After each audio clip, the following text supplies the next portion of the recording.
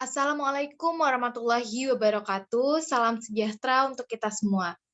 Baiklah, sebelumnya perkenalkan, saya Atalia Maninsa Fitri, mahasiswa Ilmu Hukum Universitas Maritim Raja Ali Haji. Baiklah, pada kesempatan kali ini saya akan membahas salah satu materi di dalam hukum acara perdata, yakni mengenai pembuktian. Untuk tidak memperpanjang waktu, kita mulai saja dalam pembahasan. Nah, sebelum lebih lanjut menggali mengenai pembuktian, kita perlu mengetahui dulu arti dari pembuktian itu, dan kita lanjutkan dengan prinsip dari pembuktian. Nah, kalau di dalam proses perdata, salah satu tugas hakim itu untuk menyelidiki apakah suatu hubungan hukum menjadi dasar gugatan benar-benar ada atau tidak. Adanya hubungan hukum inilah yang harus terbukti apabila penggugat menginginkan kemenangan dalam suatu perkara. Apabila penggugat berhasil untuk membuktikan dalil-dalilnya yang menjadi dasar gugatannya, gugatan itulah baru dikabulkan. Dalam hal pembuktian, tidak selalu pihak penggugat saja yang harus membuktikan dalilnya. Hakim yang memeriksa perkara itu yang akan menentukan siapa di antara pihak-pihak yang berperkara akan diwajibkan untuk memberikan bukti. Apakah itu pihak penggugat atau sebaliknya, yaitu pihak tergugat. Jadi yang membuktikan dalilnya itu bukan hanya penggugat ya, tapi tergugat juga bisa. Nah, di dalam soal menjatuhkan beban pembuktian ini, hakim harus bertindak arif dan bijaksana, serta tidak boleh berat sebelah. Jadi semua peristiwa dan keadaan yang konkret tuh harus diperhatikan secara seksama. Selain untuk hal-hal yang telah diakui atau setidaknya tidak disangkal, masih terdapat suatu hal lagi yang tidak harus dibuktikan, yaitu berupa hal-hal atau keadaan-keadaan yang telah diakui oleh khalayak ramai. Hal yang disebut terakhir ini dalam hukum acara perdata itu disebut fakta notoir. Jadi, untuk menurut Profesor Mr. Apito dalam bukunya Bewitched and Perjuring Netherlands Bargelijk Wethoek, halaman 16 tepatnya, mengatakan tidaklah termasuk dalam noterfeiten peristiwa-peristiwa yang secara kebetulan diketahui oleh hakim yang bersangkutan atau menyaksikannya ketika terjadi, atau hakim yang bersangkutan ini mempunyai keahlian perihal suatu kejadian atau keadaan.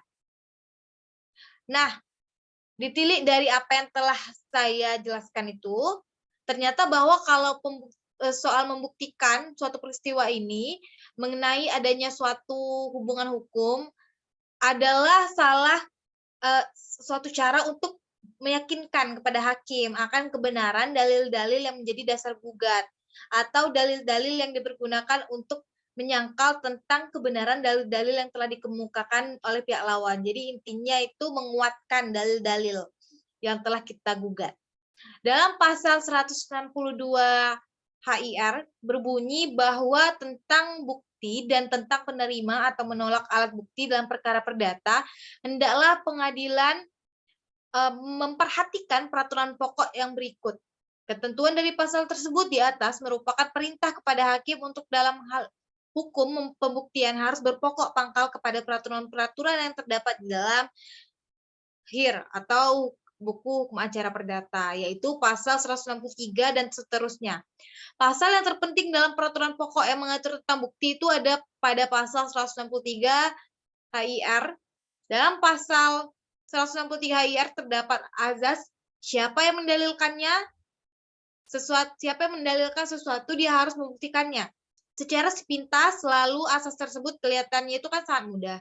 Namun dalam praktek itu merupakan hal yang sukar untuk menentukan secara tepat siapa yang harus dibebani kewajiban untuk membuktikan sesuatu, baik itu penggugat ataupun tergugat. Nah, itu tadi sekilas mengenai arti dari pembuktian dan prinsip. Jadi pada intinya pembuktian itu merupakan suatu hal yang untuk memperkuat dalil-dalil, baik dari pihak penggugat maupun tergugat. Jadi pada prinsipnya hakim di dalam perdata ini harus arif dan bijaksana. Kalau kita masuk pada alat-alat bukti, Jadi kan kalau di dalam pembuktian tentunya ada alat-alat bukti. Jadi dalam pasal 164 HIR menyebutkan ada 5 macam alat-alat bukti. Yang pertama, bukti surat. Yang kedua itu bukti saksi. Juga ada bukti persangkaan, pengakuan, dan sumpahan. Jadi buktinya itu ada berupa surat, juga ada saksi, bisa itu berupa orang mungkin yang bisa melihat dan mendengar pada kejadian tersebut.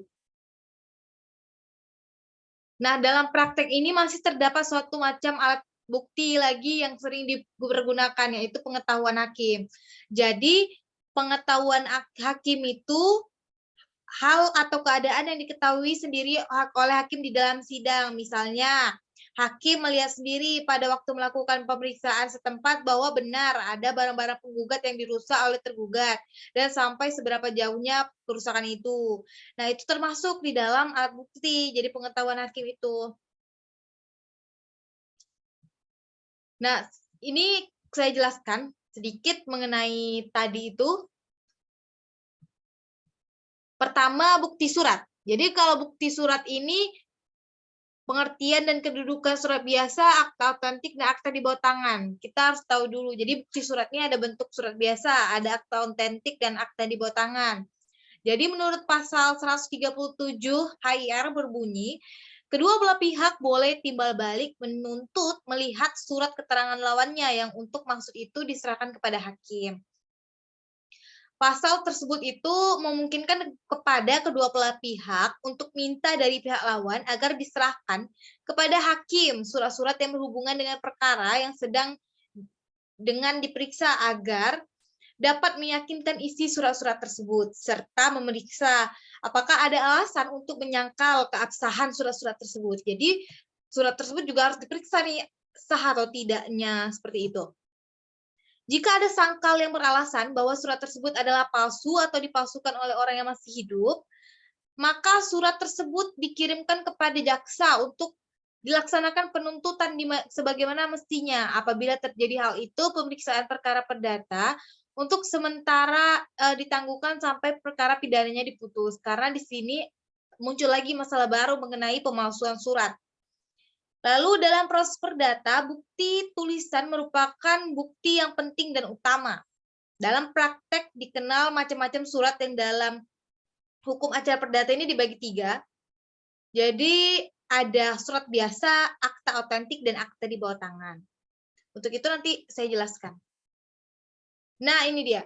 Perbedaan dari ketiga macam surat ini yaitu dalam kelompok mana suatu tulisan termasuk, itu termasuk dari cara pembuatannya. Jadi sehelai surat saja itu, sehelai surat biasa dibuat tidak dengan maksud untuk dijadikan bukti. Apabila kemudian surat itu dijadikan bukti, hal itu merupakan suatu kebetulan saja. Contohnya surat-surat cinta, surat berhubungan dengan korespondensi dagang, dan sebagainya. Berbeda dengan surat biasa, sehelai akta dibuat dengan sengaja untuk dijadikan bukti. Belumlah tentu bahwa akta itu pada suatu waktu akan dipergunakan sebagai bukti di persidangan. Akan tetapi, suatu akta merupakan bukti bahwa suatu peristiwa hukum telah dilakukan dan akta itu adalah buktinya. Seperti itu. Nah, ini saya jelaskan, mungkin di antara ketiga tadi saya lebih menjelaskan mengenai akta otentik ya, karena yang kedua tadi udah saya jelaskan secara singkat, padat, dan cukup jelas. Akta otentik. Jadi, pada pasal 165 HIR memuat suatu definisi apa yang dimaksud dengan akta otentik. Jadi, akta otentik itu surat yang diperbuat oleh atau di hadapan pegawai umum yang berkuasa akan membuatnya. Mewujudkan bukti-bukti yang cukup bagi kedua belah pihak dan ahli warisnya serta sekalian orang yang mendapat hak daripadanya. Jadi hak akta otentik yang dibuat oleh dan ada yang dibuat di hadapan pegawai umum yang berkuasa membuatnya. Dibuat oleh ini maksudnya surat panggilan jurista, surat putusan hakim, sedangkan akta perkawinan dibuat di hadapan pegawai pencatatan nikah dan surat perjanjian dibuat di hadapan notaris. Pegawai umum yang dimasukkan di sini seperti notaris ya, notaris, hakim, jurista, pegawai catatan sipil, dan sebagainya. Nah, jadi akta otentik ini merupakan bukti yang sangat cukup. Maksudnya cukup bahwa diaturkannya akta kelahiran anak misalnya. Sudah terbukti secara sempurna tentang kelahiran anak tersebut dan perihal itu tidak perlu menambah pembuktian lagi gitu. Akta otentik ini tidak hanya membuktikan bahwa para pihak sudah menerangkan apa yang dituliskan dalam akta tersebut, tetapi juga bahwa apa yang diterangkan adalah benar, contohnya dalam jual beli. Akta otentik ini mempunyai kekuatan bukti formil dan material. Formilnya itu bahwa benar para pihak sudah menerangkan apa yang ditulis dalam akta tersebut. Kalau material bahwa apa yang diterangkan tadi itu benar, gitu. Jadi akta otentik ini mempunyai 3 macam kekuatan pembuktian. Kekuatan pembuktian formil. Jadi kekuatan pembuktian formil membuktikan antara pihak membawa mereka sudah menerangkan apa yang dituliskan dalam akta tersebut. Lalu kekuatan pembuktian material, pembuktian antara para pihak bahwa benar-benar peristiwa yang tersebut dalam akta tersebut telah terjadi. Juga ada kekuatan mengikat, membuktikan antara para pihak dan pihak ketiga bahwa pada tanggal yang tersebut dalam akta yang bersangkutan telah menghadap kepada pegawai umum tadi dan menerangkan apa yang ditulis dalam akta tersebut. Oleh karena menyangkut pihak ketiga, maka disebutkan bahwa akta otentik mempunyai kekuatan pembuktian keluar atau dalam hal ini disebut orang luar.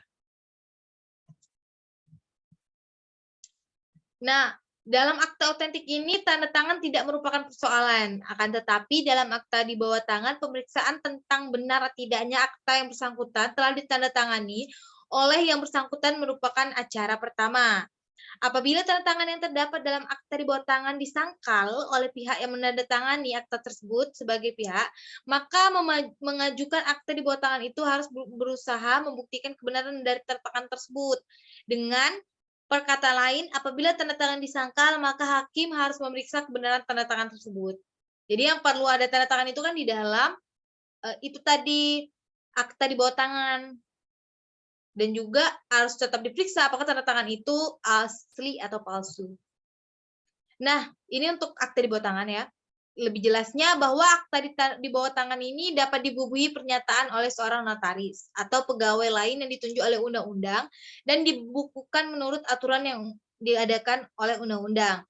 Dengan pendatanganan suatu akta dipersamakan suatu cap jempol yang dibubuhi pertanyaan yang bertanggal oleh notaris, hakim, bupati, kepala daerah, atau wali kota.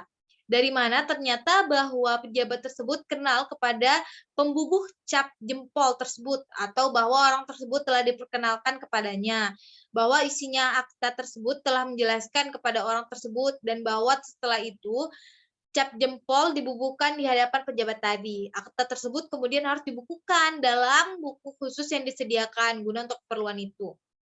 Jadi surat-surat lainnya yang bukan merupakan akta itu dalam hukum pembuktian mempunyai nilai pembuktian sebagai bukti bebas. Dalam praktek surat-surat semacam itu sering dipergunakan untuk menyusun prasangka.